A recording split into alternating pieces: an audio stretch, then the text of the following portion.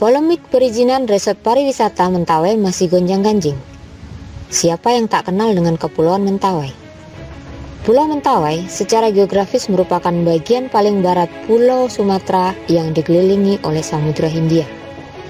Kepulauan Mentawai terdiri dari 3 pulau utama di antara Pulau Siberut, Pulau Sipora, dan Pulau Sikakap, serta masih ada sekitar 95 pulau-pulau kecil yang tersebar. Kepulauan Mentawai juga biasanya diberikan julukan sebagai Bumi Sikere, di mana Pulau Mentawai memiliki keindahan alamnya yang menarik dan mempesona. Kepulauan Mentawai memiliki keindahan pantai, serta dilengkapi keindahan dasar laut yang jernih sebagai surga di bawah laut, menjadikan Mentawai tujuan pariwisata dan investor di wilayah mancanegara saat ini. Namun di balik itu, ada persoalan dan kendala-kendala bagi para pelaku pariwisata dan investor untuk berpikir untuk menanamkan investasinya ke Mentawai, di mana sektor kepariwisataan ini adalah kebanggaan masyarakat Mentawai bersama pemerintah daerah Kepulauan Mentawai. Di mana kendala tersebut terkait tentang perizinan pariwisata dan perizinan resort di Kepulauan Mentawai. Sebagai pelaku usaha, sudah terlalu lama rasanya pengurusan belum juga selesai. Yang lebih ironisnya lagi, pihak pengelola resort ada yang tidak memiliki izin dikarenakan masih berbelit-belit birokrasi, sehingga menimbulkan kejenuhan buat pelaku pariwisata mengurusnya. Hal ini terungkap oleh Ketua Asosiasi Resort Mentawai, Fidel, Minggu di Hotel Mercury kepada awak Mentawai TV terkait tentang legalitas atau perizinan resort yang ada di daerah kerja Pemda Mentawai.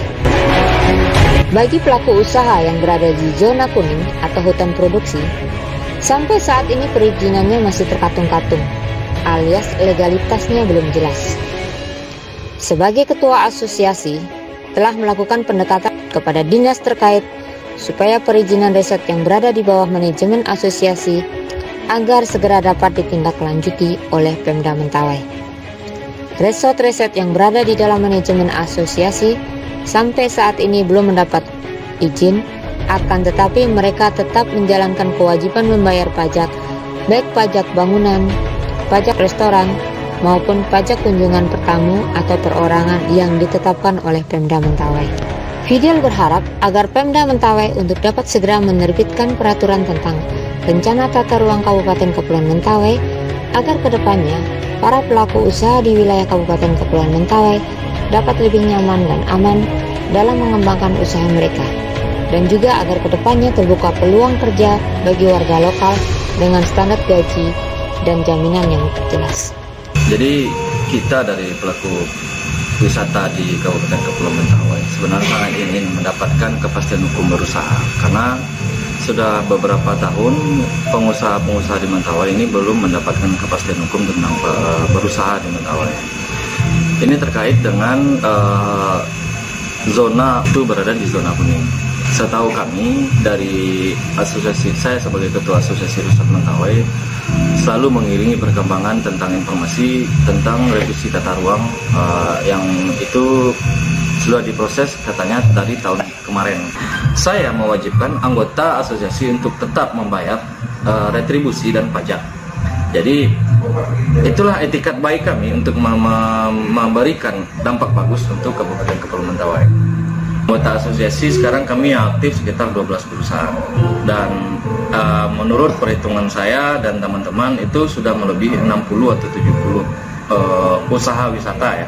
Jadi ada yang baru buka tahun kemarin, saya rasa itu belum terdata. Ada yang buka tahun ini, ada yang akan jalan, saya rasa itu belum terdata juga. Jadi saya sangat meminta perhatian Kabupaten Kepulauan Mentawai, khususnya di bidang pariwisata, agar memberikan dampak positif terhadap kami pelaku pariwisata. Karena saya pikir seperti ini, jika Pemda Mentawai tidak memprioritaskan permasalahan ini, saya takut Kabupaten Kepulauan Mentawai menjadi destinasi yang tidak terkontrol.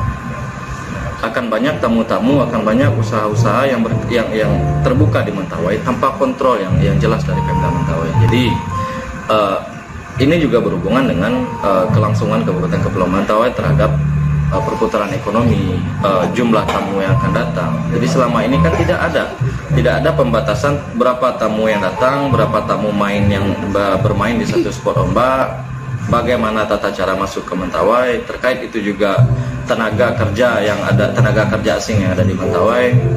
Apakah sebelumnya udah pernah teman-teman di resort pelaku usaha resort di sini ini untuk mengajukan izin kelayakannya nih, legalitas?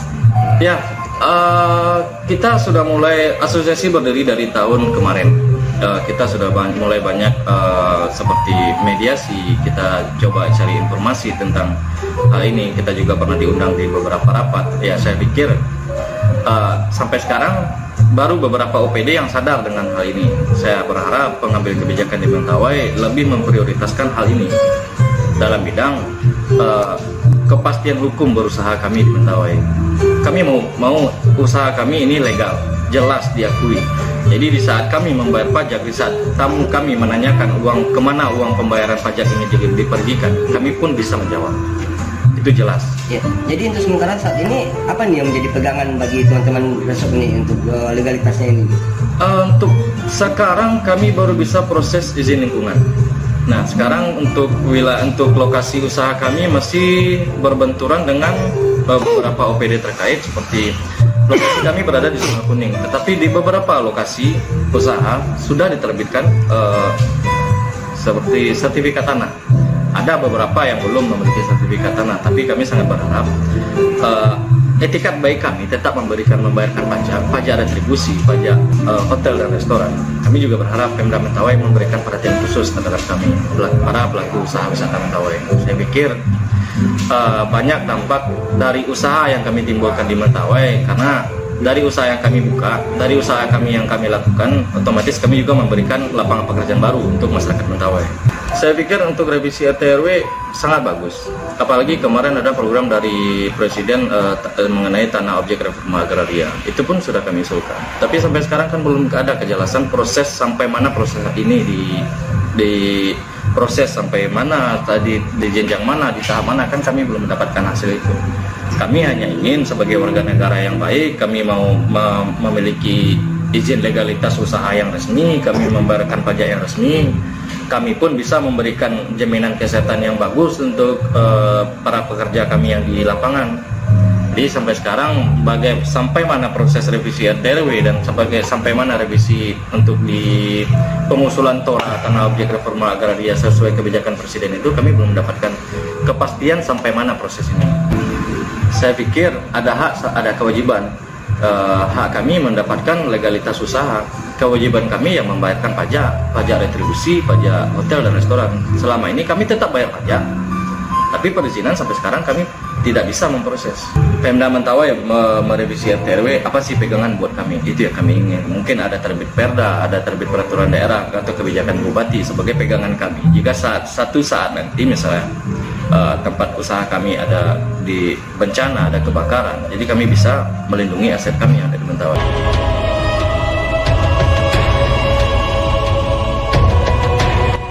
Di tempat yang berbeda, minggu sebelumnya, tim Mentawai TV juga mewawancarai Kadis Pariwisata Kepulauan Mentawai, Joni Anwar mengatakan, perihal legalitas perizinan resort yang ada di zona hutan produksi atau zona kuning yang ditetapkan oleh Kementerian Kehutanan, perizinannya kewenangan dari pemerintah provinsi. Sedangkan bagi resort yang berada di luar hutan produksi, terkait perizinan itu merupakan kewenangan Pemda Mentawai. Menyikapi permasalahan pelaku usaha yang berada di zona hutan produksi, Dinas Pariwisata dengan dinas-dinas terkait melakukan revisi rencana tata ruang Kabupaten Kepulauan Mentawai agar kedepannya para pelaku usaha dapat dengan nyaman dan aman dalam rangka mengembangkan usahanya. Kepala Dinas Pariwisata juga menyadari bahwa adanya kepentingan-kepentingan oknum tertentu sehingga menyebabkan review rencana tata ruang Kabupaten Kepulauan Mentawai menjadi berlarut-larut yang akhirnya menyebabkan para pelaku usaha resort di Mentawai nasibnya menjadi terkatung-katung. Ini mau menanggapi beberapa informasi yang datang ke meja redaksi kami, Pak, masalah terkait perizinan resort para pelaku resort wisata yang ada di Mentawai itu, Pak.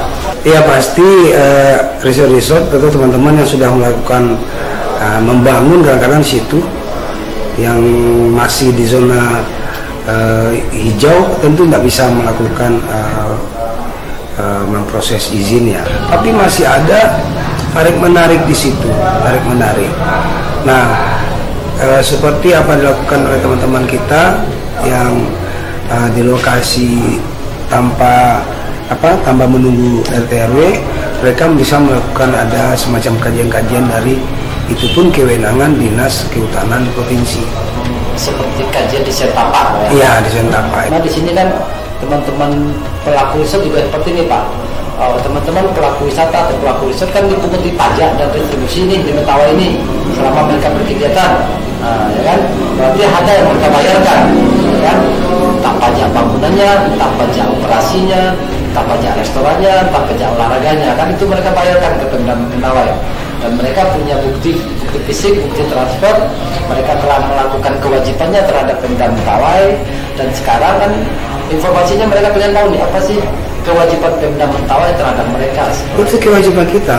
Jadi gini, kalau kita lakukan seperti apa yang dilakukan oleh desain dusun tapak itu kan biayanya besar. Ya. Maka upaya kita yang lebih bagus itu upaya kita adalah merevisi RT/RW. Bapak sebagai pemangku kepala dinas pariwisata Kabupaten Mentawai ini di sektor pariwisata, Pak, sampai sejauh mana atau sampai kapan nih Pak review RT/RW ini, kepastian hukumnya teman-teman pelaku resort bisa berinvestasi, berusaha dengan aman dan nyaman di sini? Nah, tentu segera kita koordinasikan lagi, kita tanyakan lagi dengan teman-teman Bapeda yang mengurusi tentang RT/RW ini.